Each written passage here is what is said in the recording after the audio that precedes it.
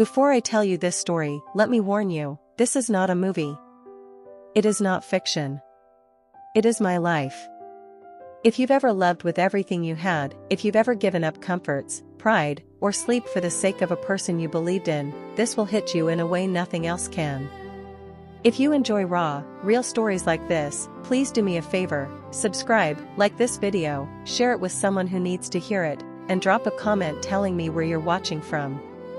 I love seeing how far these stories travel. Now, listen. 7 years ago I met Kendrick. He wasn't the sort of man people gossiped about in polite circles. He was living with his brother-in-law, jobless, drifting. He had the look of someone who spent more time dreaming than doing, and maybe that was exactly what drew me to him. There was a softness in his voice, a way he spoke about future plans that made the future feel possible, as if he were simply waiting for the chance to prove himself.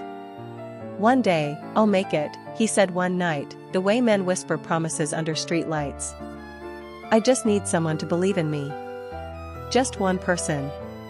"I believe in you, Kendrick," I answered, perhaps too earnestly, perhaps foolishly. "I don't care what people see now. I care about who you'll be." It felt like choosing myself and him at once, choosing hope over the practical, love over the cold logic of stability. My family did not understand. My mother's eyes filled with the kind of worry only a parent has the right to show. She took me aside one evening and said, quietly but firmly, "My daughter, open your eyes. This man has nothing. No job. No home. No plan. Love doesn't put food on the table. Love won't build you a future. You will regret this." "Mama, you don't understand," I told her, because I wanted to be loyal to the man who wanted to be more than he was. "He's not perfect, but he's mine. I believe in him. That's enough for me." She shook her head and left it at that. I felt the silence of disappointment in the house for months, a quiet ache I tried to ignore. I told myself love would cover what money, stability, or social approval could not. I told myself that together we could make a life out of scraps and stubbornness. I finished nursing school with that stubbornness lodged like a stone in my chest, solid, heavy, immovable. Then opportunity appeared in a way that felt like both a blessing and a choice, a nanny contract in London. I could move, work, and save. I could, if I trusted myself and my plan, create a future for both of us. "Kendrick, this is it," I said in the small kitchen, suitcase half packed, the evening before I left. "If I go, I can save money. I can send it home. This could be the start of our life together." He studied me, a question in his eyes. "But what about us? I don't want to lose you." "You won't lose me," I promised, and meant it. "This isn't about leaving you, it's about saving us." I boarded the plane with a throat full of prayers and a bag that smelled like optimism. London was harsh at first, sharp winds, smaller apartments, colder smiles. My work as a nanny required me to be all things at once, patient, cheerful, tireless. I learned to mask tiredness with laughter for the children I looked after. I learned to sew for myself when clothes wore thin. I learned to make a pound stretch as if it were a rubber band. I earned £640 a month. Every pound, every last one, went back home. I sent the money to a man I loved, trusting it would be used for the future we had sketched out in long conversations. I skipped things for myself. I ate the smallest portion so I could save a few pounds. There were nights I lay awake listening to the rain and thinking of a house painted white with our names on it, of children running in a yard that belonged to us, of the bride price ceremony I would one day attend proudly. Months passed, then a year. I scraped together everything I could, made phone calls, filled forms, and used the small network we had to help Kendrick process the paperwork to join me. When he finally stepped off a plane and into my life again, the reunion felt like proof that I had done the right thing. We held each other in the arrivals hall, and for a moment the cold of London didn't matter. Those first few years were hard. Immigrant life has a rhythm of its own, a series of shifts and odd jobs, cheap meals, and long bus rides. We took those jobs, we learned how the system worked, and we kept pushing. We worked in the day and at night we planned. Celebration was a simple meal cooked together in our tiny kitchen. We saved for the day we would be secure. After years of paperwork and perseverance, we finally got our legal papers. The relief was enormous, as if a weight had been lifted from our shoulders. We felt the horizon open up. Soon after, tradition called us home. We traveled back to Nigeria for the bride price ceremony. It was beautiful and chaotic, drums, laughter, the scent of food and perfume mingling in the air. Family members weighed our future with a mix of suspicion and hope, but once the rites were done and our homes kissed by ancestors' blessings, I felt as if the story I'd been writing was finally becoming permanent. Then we returned to London to keep working, to save for the next big step, a house back home that would be ours. It was to be the anchor, the place where our children would run, where our parents would visit. But slowly, something in Kendrick began to change. He insisted on returning to supervise the house himself. At first I thought it was responsibility, he wanted to see the work, to make sure it was done well. But he became more and more obsessed with going back. He pressed it until the tension between us was a third presence at the table. "You have to go now," he told me one evening, eyes bright with a sort of purpose I'd fumbled with. "I need to see the progress. I need to be there." "We're not ready," I said, remembering our savings tracker, the mortgage papers we still needed, the small voice of caution. "We shouldn't rush. We have plans." "It will be fine," he insisted. "I can manage it. I'll do the supervising. You just keep working." I wanted to trust him. I wanted to believe the man who had promised a future to be the steward of that same future. So he went back home. I stayed, working, sending money, creating the economic oxygen the dream required. At first, the calls were regular and warm. He'd tell me about the foundation, the walls, the choice of tiles. I concentrated on my work and on the daily grind, believing he was doing what a partner should do. But then the calls slowed. Texts came less often. When he did call, I sensed a guardedness, a drifting away. Money started to disappear in ways that didn't add up on the budget sheet we kept tucked away like a secret between us. Something in my chest tightened. The truth didn't arrive overnight. It came like a splinter, uncomfortable, then unbearable. One evening, his best friend called. He sounded uneasy, then resigned. "You need to know the truth," he said. "Kendrick has met someone." I sat down. The world narrowed to the phone in my hand. "What do you mean?" I asked, because denial is often a default. "He's planning a wedding," the man said, and then he told me what had been happening while I nursed children in a London home and sent pound after pound back across the sea. Money, a portion of our savings, was being sent to another woman. Plans were being made. Promises were being shared. I felt like I'd been punched and then splashed with ice water. I had been working, and loving, and trusting. While I was building, someone I had built with was sneaking away with the timber. The whole world blurred into a space of betrayal so sharp I could not place a breath. That night I did not sleep. I moved through the hours like a ghost. Anger came in waves, hot, then cold. Tears came and were wiped away with a hand that felt foreign because I was in my own body but the person inside had shifted.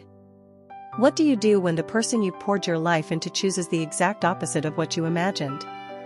When the money you sent, the sleepless nights, the fingers that dialed the number and whispered encouragement, when those become the mortar for someone else's new life. I could have crumbled. I could have called and screamed and thrown our pictures out the window like confetti. Instead, I made a decision, and the decision was not pure.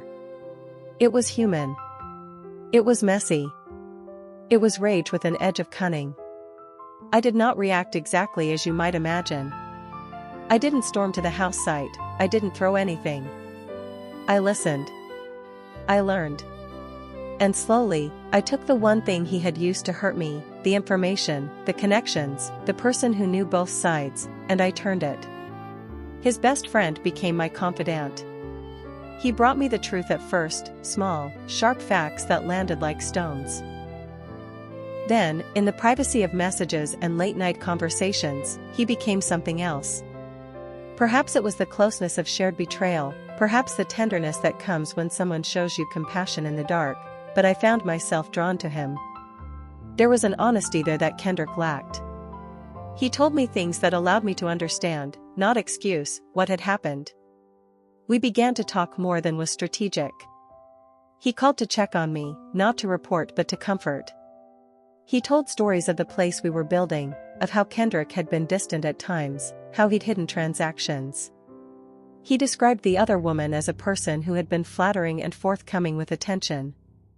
The more I learned, the more a new intimacy formed between the two of us, the man who had been the messenger and I, who had been the devastated. There is a moral line in such moments. I crossed it, then I justified the crossing with the thinnest of rationales. If he could betray me, I could reclaim myself. So I started seeing him. Our meetings were small at first, a coffee, a quick walk. Then we had longer conversations about real things, about respect, about dignity, about how love should actually look in life, not just in speeches. He was kind in ways that felt unfamiliar. He listened without bringing up the past to score points. He was careful with my emotions in a way Kendrick hadn't been. Where I had been exhausted and given, this man, Kendrick's friend, was somehow a balm, steadying where the other had been uneven. Something like love, or perhaps the seed of a new life, took root. Meanwhile, life continued its frantic pace around me. Word of multiple weddings, Kendrick's and possibly mine, perhaps in different colors, murmured through the circle of people who knew. There was a perverse duality to the moment. He was arranging a ceremony to tie himself to another, while I was quietly planning a life that would no longer contain him. I felt the absurdity of it keenly. He left for Nigeria to finalize the wedding with the other woman. The day he left, I cried for the life I'd thought we would have. But sorrow transformed into a strange clarity the next morning. This was my chance to reclaim the narrative. I booked my own ticket and flew out the following day.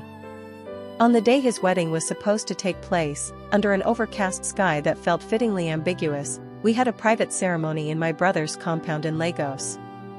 It was small, no drums, no fanfare, only the people who mattered to me at that moment and two people who chose to be partners for life. I married the man who had once been the best friend of my first husband-to-be. I said words I believed, words that felt true, promises of respect, of working side by side, of care. It was intimate, tender, and yes, it was also laced with the bitter taste of revenge's victory. It was not a spectacle. We did not demean anyone. We did not post provocations. We simply became husband and wife. But the world is small and pictures travel fast.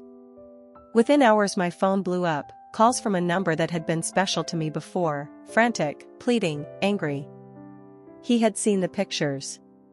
He called me 100 times that day, demanding explanations, then calling my new husband's family's house, knocking on doors where there was no welcome to be found. I did not answer. I let the calls roll into the void that had always been on the other side of his words. 9 days later I heard that Kendrick had collapsed. He had suffered a stroke. The news landed on me like an unexpected hand on my shoulder, soft, bewildering, impossible to fully process. There are moments when life conspires to be cruel in impartial ways. I had reconciled myself with the man I had been, and the life I had chosen. But when news of his infirmity reached me, there was an unbidden mix of emotions, guilt skimming close to relief, pity tangled with a sense of justice. He had built an existence that did not include me, that used our savings to attempt to build another life, and that life faltered cruelly. His marriage collapsed under the weight of everything that had been wrong with it. The woman he had chosen left or was left, details whispered but not always clear. Kendrick, once the dreamer, once my greatest hope, was now handicapped and moved into an adult care facility. People who used to share jokes at our table now told stories about how fate had turned in some unusual, painful direction. In the quiet that followed, I built a life that felt true. My husband, the man who had been his friend, was not a usurper in the crude sense. He had been a witness first. He had been the one who told me the truth. Then he became the one who held my hand after it all fell apart. We had 2 children within a few years, and now a third is on the way. We own a home in London. We have stability that once felt like a fantasy. He knows my strengths and my flaws. He knows I have a spine that can harden when needed and a heart that can still be tender. Sometimes, when the past threads through conversation like a ghost, people will mention Kendrick and shake their heads. Some say, cruelly, that he often repeats one phrase now: women are evil. They tell this with a morbid curiosity, as if his words explain everything and nothing. If only he had all the sentences he used to trust and consider, perhaps he would understand that bitterness is not the same as truth. My answer, when I think of him, is not a declaration of malice. I don't say he deserved the stroke, or that karma is a neat tally board. I say this instead: women are not evil. We are capable of sustaining families, capable of forgiveness, capable of fierce protectiveness. We can be the force that lifts a lover into his best life, or the force that withholds ourselves from someone who has been careless with us. I am capable. I was capable of sacrifice for a man I loved, and I was capable, too, of reclaiming my life when that trust was abused. If there is a lesson here, it is complicated. Love is not a currency to be spent carelessly. Trust is not a guarantee. And sometimes, the person you invest in will choose another path, one that may leave you raw, bewildered, damaged. What you do afterward matters. You can fall apart, you can forgive, you can fight, you can leave, you can rebuild. I did not choose a simple revenge, I chose to reclaim a life. People love to reduce stories to morals: she got even, they say, or karma. The truth sits in the messy middle. I married a man who loved me with the steadiness I had always craved. We have children. We wake to ordinary mornings that are filled with small kindnesses. Sometimes, when my son laughs, the sound is so bright I feel grateful for everything that happened to bring him into being. Sometimes, when the night is still and the house is quiet, I remember the woman I was in those early London years, threadbare, hungry, stubborn, and I feel a tender anger for the injustices I endured. But more often I feel a calm I have earned. There are moments I imagine him, Kendrick, sitting in a facility somewhere, repeating that phrase he claws at like a talisman: women are evil. I think of the child he might have been, the man he might have been if circumstances and choices had been different. I do not wish harm, but I acknowledge what was taken. I do not celebrate his fall, nor do I pretend I am without scars. If you take anything from this, let it be this: pay attention to how you treat the people who love you. The woman who sits beside you on the couch, the partner who supports you through the nights, remember that their heart is not property. Respect is not optional. And if that respect is broken, you have a duty to yourself to respond in a way that preserves your dignity, even when your anger feels righteous. This isn't only a story of revenge. It is a story of resilience. It is a story about choosing a different life when the one you had carefully built with someone else crumbles. It is a story about knowing your worth and refusing to be diminished by betrayal. So, if you're still here, thank you. Thank you for listening to a life that unfolded in ways I could never have fully predicted. If my story resonates with you, tell me in the comments where you're watching from and what you would have done in my shoes. If you found it meaningful, share it with someone who needs to hear that they are not alone in their pain or their recovery. And if you take only one thing away, be kind to the ones who love you. Because sometimes the hands that lift you are the same hands that can rebuild you, if you let them. And sometimes the person you thought would lift you will not. That is the terrible, human truth. We survive it anyway. This is my story. It is not fiction. It is not a lesson wrapped neatly in a bow. It is messy, true, and ultimately, mine. Thank you for listening.